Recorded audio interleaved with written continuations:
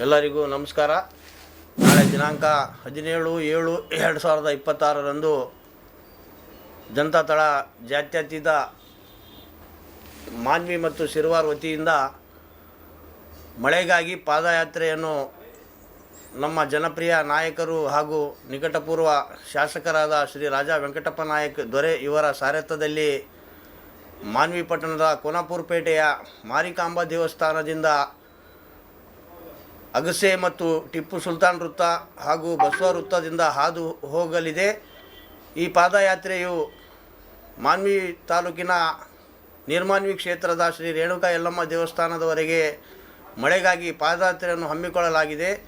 ಆದ ಕಾರಣ ಈ ಒಂದು ಪಾದಯಾತ್ರೆಯಲ್ಲಿ ರೈತ ಮುಖಂಡರು, ವಿವಿಧ ಸಂಘಟನೆಗಳ ಪದಾಧಿಕಾರಿಗಳು ಭಾಗವಹಿಸಿ ಈ ಒಂದು ಪಾದಯಾತ್ರೆಯ ಕಾರ್ಯಕ್ರಮವನ್ನು ಯಶಸ್ವಿಗೊಳಿಸಬೇಕೆಂದು ತಮ್ಮಲ್ಲಿ ಕಳಕಳಿಯಿಂದ ಕೇಳಿಕೊಳ್ಳುತ್ತಿದ್ದೇನೆ. ನಮಸ್ಕಾರ.